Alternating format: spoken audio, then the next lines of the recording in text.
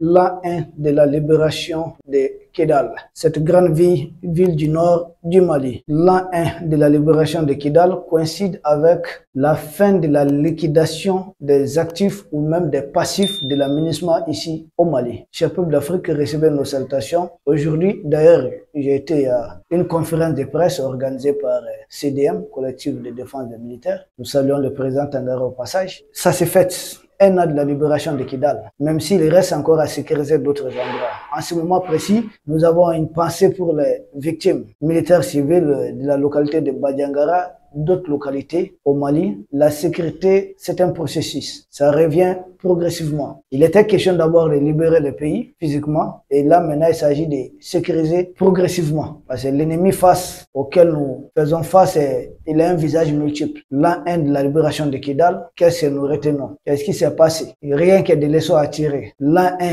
de l'expulsion de la MINUSMA, qu'est-ce qui s'est passé? Qu'est-ce que nous retenons? L'an 1 de la libération de Kidal, mais qui occupait Kidal? À Kidal, il y avait Barkhane. Qui est Barkhane? C'est des militaires français qui disent combattre les terrorismes au Sahel. Sont-ils parvenus à combattre les terrorismes au Sahel ou avec leur présence, le terrorisme s'est aggravé? Chacun de vous a la réponse. Alors pourquoi nous nous sommes laissés avoir? Pour que plus de 50 ans après notre indépendance, on soit assisté par des forces venant de l'ancien colon. Pourquoi? De tous ces pays du monde. C'est seulement François Hollande qui a été appelé. Parce que De Gaulle et ses hommes ont donné l'indépendance sans jamais avoir donné l'indépendance. Parce que tous les sauveurs de l'Afrique ont été libérés. Modibo Keïta, qui ne voulait pas un seul militaire colon ici, a été renversé par les mêmes colons. Et dès lors, ils avaient repris le contrôle de nos pays. Donc l'indépendance est restée un peu politique. Ce n'est même pas politique parce que ce sont eux qui décident dans beaucoup de pays africains qui doit être dirigé et qui ne doit pas l'être. Et d'ailleurs, beaucoup de nos politiciens sont encore dans ce complexe. Ils sont convaincus que c'est Emmanuel Macron qui désigne toujours qui doit régner. Comme l'a dit Robert Bourgi, ils ont vitrifié le président Laurent Gbagbo. Donc ils sont toujours dans cette dynamique. Ils en sont convaincus. Ils sont convaincus que tant que vous êtes bénis par la jette macronienne, si vous vous faites renverser tel Léomba au Gabon, le premier président du Gabon, et les hommes de Focard vont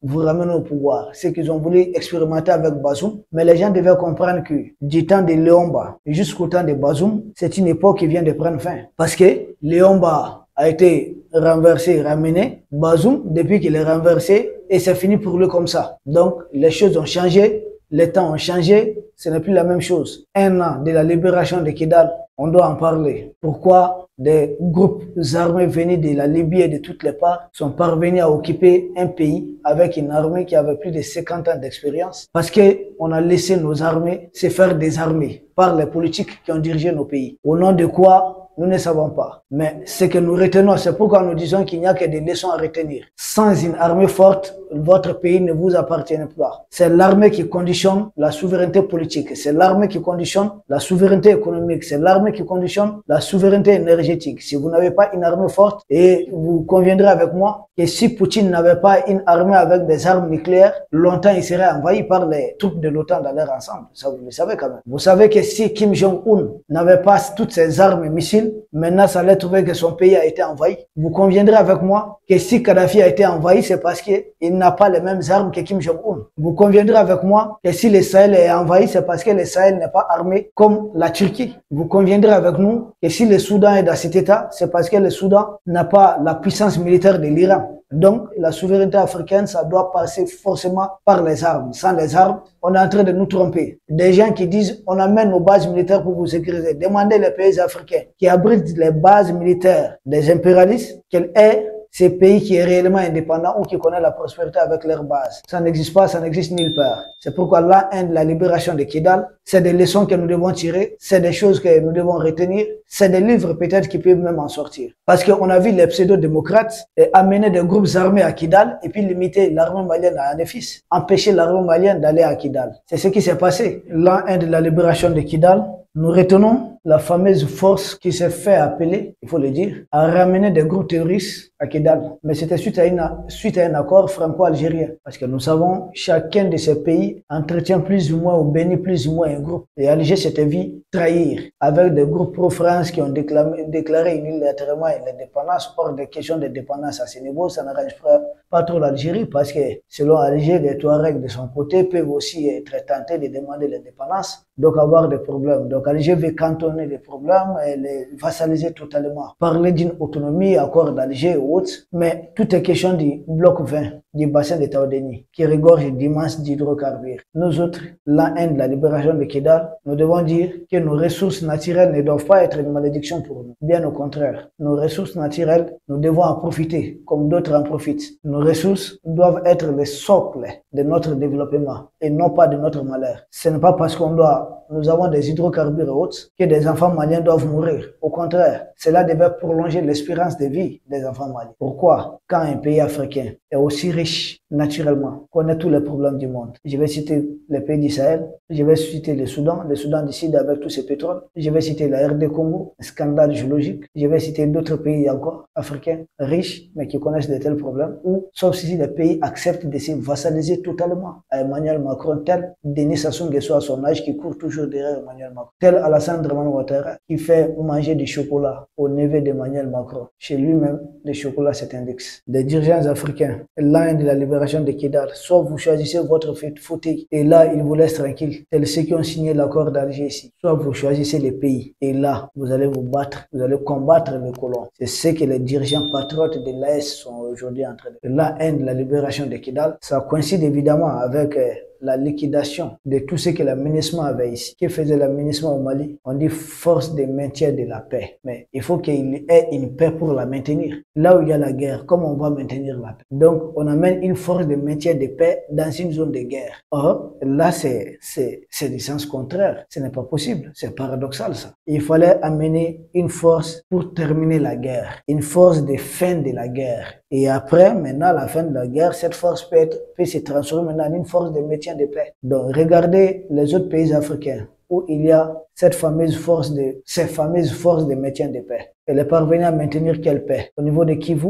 en RD Congo, MONUSCO maintient la paix là-bas. À quel niveau? Au Soudan du Sud? Où ça? Dans le Darfour? Où ça? Nulle part. Partout où ces casques bleus sont déployés, il n'y a pas de paix. Ils sont au niveau du Liban. Vous voyez ce qui se passe entre le Liban et Israël. Il n'y a pas de paix. Mais on les appelle des casques bleus, forces de maintien de la paix. Mais pourtant, même pendant 20 ans, 30 ans, ils ne maintiennent pas la paix. Alors, que font ces forces réellement? Les dirigeants du Mali ont eu raison d'affirmer leur souveraineté. Et c'est ça le prix à payer. Et pendant ce temps, nous voyons des mercenaires politiques essayer d'égarer des gens dans des discours bidons et farfelus. Ah, ça c'est comme ça, c'est difficile, ça c'est cher et autres, mais la liberté a un prix à payer. La vie au Mali est moins chère que dans beaucoup de pays, dits démocrates. Oui, oui. Oh, la vie au Mali est moins chère que dans beaucoup de ces pays. C'est ici que nous pouvons dire merde aux colons. Tout le monde ne peut pas le dire. C'est ici que nous pouvons communiquer librement. C'est ici qu'on découvre la vraie souveraineté. Ceux à qui on a fait miroiter un fameux développement, je me pose la question, est-ce la démocratie occidentale telle imposée aux pays africains, cette démocratie libérale qui est contraire aux valeurs africaines? La démocratie libérale ne rime pas avec les valeurs africaines. Est-ce c'est la source de prospérité? Je n'en vois pas. Quel est le pays africain qui est très bon élève de leur système, qui connaît l'émancipation? Personne. Certains vont me dire le Rwanda est tout sauf une démocratie. Kagame au pouvoir, ça fait combien des années? Aidez-nous avec les chiffres. Kagame, le pouvoir depuis combien des années? Qui fut Paul Kagame avant d'être au pouvoir? Un chef rebelle, on est d'accord. Il était à la tête d'une rébellion. Donc Kagame, c'est un ancien rebelle. On va me parler de qui? Museveni. Depuis que nous autres ne sommes pas nés, il est au pouvoir. Comment il est arrivé au pouvoir à la tête d'une rébellion? Mais aujourd'hui, ce sont eux qui sont considérés comme des démocrates en Afrique. Celui de l'Égypte, il a remercié un président qui a été élu. Pourtant, l'Égypte est la deuxième puissance en Afrique. Économique, pardon. Oui, économique. Deuxième, troisième. Ça change entre l'Afrique du Sud, Nigeria et l'Égypte. Ça varie. Mais c'est la première puissance militaire de l'Afrique. Abdel Nasser, qu'a-t-il fait? Lui qui est l'homme le plus fort de l'Égypte du 20e, 21e siècle, qui a jeté les socles de développement. Abdel Nasser, il a fait un coup d'État. Ils avaient fait un coup d'État ensemble. Ensuite, il l'a fait renverser l'autre. À la mort d'Abdel Nasser, qui est un vrai militaire, qui succède à Abdel Nasser, c'est Anwar el-Sadat. C'est qui est Anwar el-Sadat? C'est un militaire. La question du développement de l'Afrique, on arrête de mentir aux Africains. C'est pas une question de civils ou de... C'est une question de patriotes. Sinon, Mobutu était un militaire, mais pourquoi il n'a pas développé les Zaïre? Pourtant, il avait tous les leviers. Pourquoi il n'a pas développé les Zaïre avec toutes les richesses il était militaire. Bokassa aussi était un militaire. Pourquoi il n'a pas développé son pays? Au lieu de tout donner à Valéry Giscard d'Estaing. Égypte, Abdel Nasser, Anwar el-Sadat. Après Sadat, c'est qui? C'est Hosni Moubarak. Qui est Moubarak? C'est un militaire égyptien, un militaire de l'armée de l'air. Qui? Parce que l'Égypte a aidé l'Algérie lors de la guerre des sables. Hosni Moubarak a été fait prisonnier de guerre. Libéré, le Maroc l'a libéré en 1964. À la suite, il ne faut pas l'oublier d'une médiation aussi du Mali et d'Éthiopie. Il a été libéré en 1964. C'est lui qui va diriger l'Égypte pendant longtemps, jusqu'en 2011. Comme un président élu, Mohamed Morsi, il est renversé tout de suite. Les militaires reviennent au pouvoir. Mais c'est au pays d'Afrique subsaharienne qu'on veut intimider. Les militaires ne doivent pas revenir, c'est un peu. Abdel Fattah al-Sisi de l'Égypte, il est courtisé par les Américains, les Russes, les Français, tout le monde. Pourquoi ils ne disent pas que c'est un militaire qui est arrivé par un coup d'État? Nous autres, là, les gens ne nous respectent pas, mais on dirait qu'on ne se fait pas respecter. Excusez-nous du terme, mais c'est ça la vérité. On a vu tout au nous, l'Algérie, là, le président et l'autre, là, ils l'ont fait assassiner. Ça n'a jamais été un problème. Beaucoup de militaires se sont réglés, ça n'a jamais été un problème. C'est l'Afrique subsaharienne. Comprenez ce que c'est? Parce qu'il faut distinguer l'Afrique de l'Afrique subsaharienne. L'Afrique subsaharienne, là, c'est cette Afrique à qui tout le monde veut donner des leçons. Or, on encourage tout ce qu'on combat en Afrique subsaharienne, on encourage ça partout ailleurs. Parce qu'on dirait, c'est l'Africain est celui qui doit aller à l'école où on doit lui apprendre, écoute, il faut détruire telle société, il faut détruire ça, on va te faire développer. Et bizarrement, personne n'a jamais été développé. Mais regardez un pays comme le Nigeria avec toutes ses ressources, même ressources humaines, et dire que le Nigeria est dans cette situation. Vous voyez comment les Nigérians perdent la vie en voulant du carburant. On nous parle de Boko Haram là-bas. Mais attendez, nous sommes vraiment sérieux. Nous, Africains, typiquement Africains, vous comprenez ce que je suis en train de dire? Des gens qui sont comme nous. Regardez comment sont nos pays. Tous ces pays qui ont semblant de développement là, c'est des pays, c'est des noms. Les ressortissants ne sont même plus dans leur pays. Nous parlons de la grande majorité. Donc là, de la libération de Kidal, ça s'explique. Il faut qu'on en parle, on doit continuer à en parler. C'est la géopolitique. Regardons l'aménagement depuis qu'elle est partie, Dieu merci. Et au même moment, d'autres pays africains continuent de garder les fameux casques bleus. Mais c'est des casques rouges finalement. C'est du sang. Partout ils sont, c'est des sangs qui coulent. Pourquoi les gens ne veulent pas regarder autour d'eux? Tout le monde fait semblant. Tout le monde fait semblant. Est-ce les outils conçus par le colon vont aider les pays africains à se développer? La réponse évidemment c'est non. Les outils conçus par le colon n'aideront aucun pays africain parce que c'est des outils qui sont faits, qui sont taillés sur mesure pour effectivement nous maintenir dans une situation de pauvreté artificielle. Et notre pauvreté, c'est leur force à eux. Regardez simplement les 3 pays de l'Est qui se libèrent. Le Mali aujourd'hui, avec le nouveau code minier, le Mali va faire une recette de 715 milliards de francs CFA chaque année. Donc imaginez, on perdait plus de 715 milliards chaque année. Ce qui est largement suffisant en 2 ans pour donner au Mali une indépendance énergétique totale. On a perdu ça sur combien des années? On a perdu combien de tonnes d'or? Imaginez le Mali produit, au moins si le Mali n'a pas produit d'or, c'est 50 tonnes d'or par an. À qui ça a profité? Un pays qui est toujours parmi les 2-3 grands producteurs du coton, à qui ça a profité? Beurre de karité, même chose. D'autres ressources, on n'en parle pas. Regardez le Niger, qui faisait fonctionner une grande partie de l'Europe avec son uranium. Regardez la situation dans laquelle ils ont resté. Et nous voulons nous sauver, des gens viennent nous dire, écoutez, attendez, un tel président a été élu, l'autre n'a pas. Pendant tout ce temps, nous, on était en train de lire le président. Qu'est-ce que nous avons gagné? Et pendant tout ce temps qu'on élisait le président, qu'est-ce que nous avons gagné? Que sommes-nous devenus? Depuis 1992, nous, au Mali, nous sommes en train de lire des présidents. On met des milliards dans chaque élection. Sommes-nous développés? La réponse, évidemment, c'est non.